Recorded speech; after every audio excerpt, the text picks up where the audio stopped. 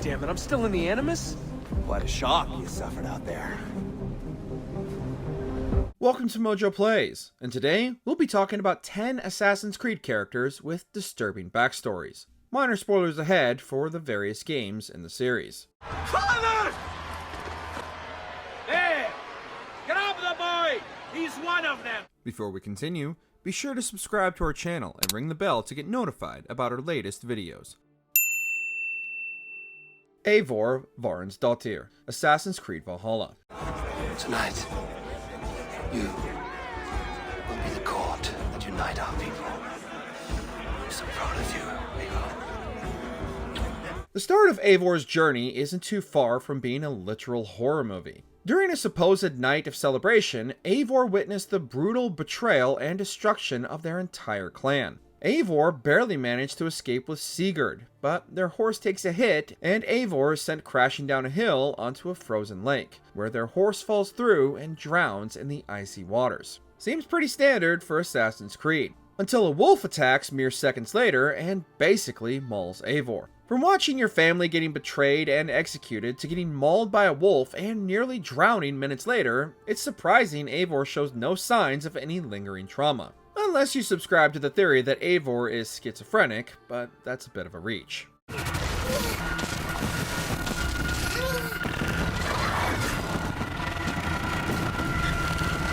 Adewale, Assassin's Creed 4, Black Flag. By God, we pulled this one straight from the teeth of Neptune. I'm Edward. Much thanks for your aid back then. Adewale. Born into the soul-crushing environment of the Caribbean plantation, Adewale's early life was defined by the brutality of the slave trade. He didn't just seek adventure, he fought for his very humanity against a system designed to strip it away. He eventually escaped to sea together with Edward Kenway, and the bond they built together only makes Adewale's fate sting even more. With all the constant trauma surrounding him, he was driven to join the Brotherhood to try and dismantle the slave trade in the Caribbean. Unfortunately, that took a dark turn when he was hunted down and killed by Sheikh Cormac, aided by the son of his former best friend, Haytham Kenway. It's just salt in the wound at that point. Forgive me, Adewale. You dare beg forgiveness, child? Hell welcomes traitors like you. Bayek of Siwa, Assassin's Creed Origins. Bayek! I thought they just wanted to ask him a question.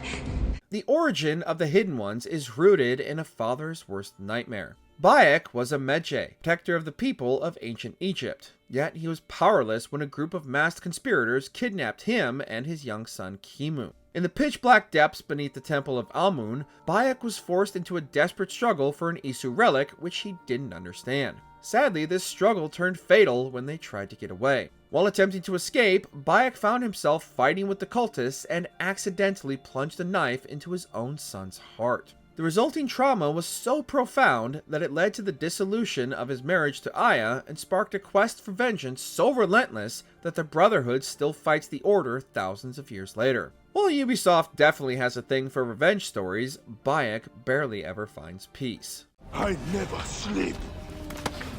I just wait in the shadows, and I will kill you all. Subject 16, Assassin's Creed. They call me Subject 16. Listen, I don't have much time. There's something I have to show you. Known as Subject 16, Clay Kazmirix is a story of insanity. While working as an undercover assassin at Abstergo, he was discovered and forced into the Animus for prolonged sessions by Dr. Warren Vidic. These sessions were so intense they triggered the bleeding effect, causing the memories of his ancestors to overlap with his own reality. Clay began to experience visual and auditory hallucinations of different time periods simultaneously, eventually losing his grip on his own identity. The mental strain was so severe that he used his own blood to paint cryptic symbols and messages across his room at Abstergo before taking his own life. What is a man but the sum of his memories? We are the stories we live, the tales we tell ourselves. Arno Dorian, Assassin's Creed Unity. Can't I go with you, Father? Courage, my boy. You wait just here. I will return when this hand reaches the top. Arno's childhood was defined by a series of abandonments and deaths. At the age of 8, his father Charles was assassinated in the Palace of Versailles by Sheikh Cormac. Left alone, Arno was adopted by Francois de la Serre, the Grand Master of the French Templars, who kept the boy's heritage a secret. Years later, Arno's failure to deliver a warning letter led directly to the murder of his surrogate father. To make matters worse, Arno was framed for the assassination and imprisoned in the Bastille. His time in prison was spent in a state of intense self-loathing, believing his own negligence had caused the deaths of both father figures in his life. He joined the Brotherhood in a desperate attempt at penance. At the same time, seeking redemption in that way kept him obsessed with his past failures. It's easy to forget how bleak Arno's story really is, even though it's constantly in your face. Arno Dorian is dead. He has been culled from this world, his sins and failures turned to dust. Tonight he is reborn. Cassandra, Assassin's Creed Odyssey. The Oracle has spoken! To prevent Sparta's fall, the child must fall first. Cassandra's Spartan upbringing ended with a traumatic betrayal orchestrated by her own family. Following a prophecy that her infant brother Alexios would cause the fall of Sparta, the Oracle ordered the child's execution. When Cassandra tried to save him, she accidentally caused the death of the priest holding the baby. In response to this perceived sacrilege and the pressure of Spartan law, her father, Nikolaos, threw her off Mount Taygetos. Surviving the fall against all odds, she was forced to flee her homeland and grew up as a mercenary on the island of Kefalonia. She spent decades believing her mother had abandoned her and that her father was a murderer. Cassandra! Ezio Auditore da Firenze, Assassin's Creed 2. Insieme per la vittoria! Insieme! Silenzio, my friends! Silenzio! Ezio began his life as a wealthy and carefree nobleman in Renaissance Italy. This reality was violently shut down when a political conspiracy led to the arrest of his father, Giovanni, and his 2 brothers. Despite Ezio's efforts to prove their innocence with evidence provided by his father, he was betrayed by the family friend Uberto Alberti. Ezio was forced to stand in the public square and watch as his father and brothers were executed by hanging. Overnight, Ezio had to go from a socialite to a fugitive, carrying the responsibility of protecting his traumatized mother and sister while being hunted by the city guards. I understand your desire for vengeance, but the Gonfaloniere is a powerful man. You are not a killer, Ezio. Spare me the lecture. Rado Hangaton, Assassin's Creed 3.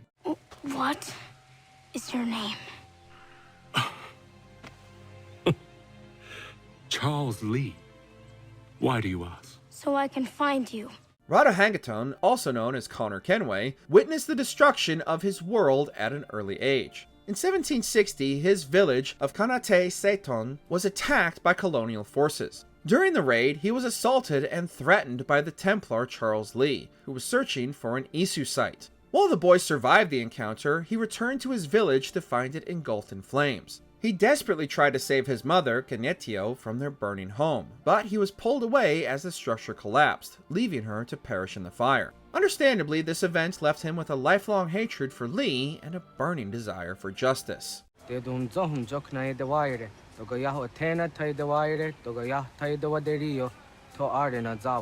Jack the Ripper, Assassin's Creed Syndicate. I know you have more of the Ripper's letters. I told you to stay away from me. Stop publishing his letters.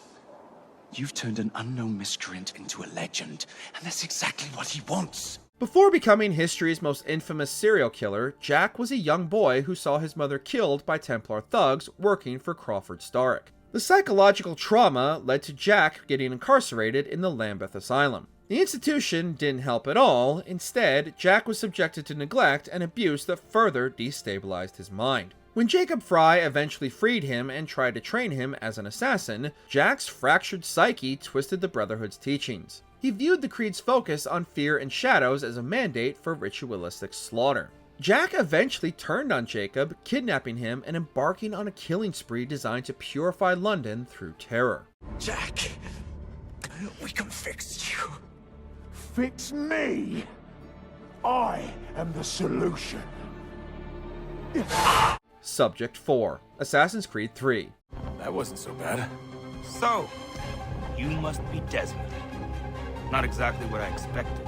Daniel Cross, also known as Subject 4, has perhaps the most tragic origin in the modern-day lore. As a young man, he not only suffered from substance use disorder, but also from the bleeding effect, seeing visions of his ancestor Nikolai Orlov. He was kidnapped by Abstergo, where Warren Vidic performed neurological surgery on him. The Templars implanted a hidden psychological trigger in his brain, turning him into a sleeper agent. Daniel eventually found purpose within the Assassin Brotherhood and was granted an audience with the Great Mentor. However, the proximity to the Mentor triggered his subconscious programming, forcing him to kill the leader of the Assassins against his own will. This led to the Great Purge, nearly destroying the Brotherhood entirely. We eventually put him out of his misery in Assassin's Creed 3, but originally the developers had intended for him to go in an even darker fashion. Get out! Get out! Get out! If you're a fan of Assassin's Creed games and lore, make sure to watch our other videos. Comment below if there's a character we missed, and subscribe to MojoPlays.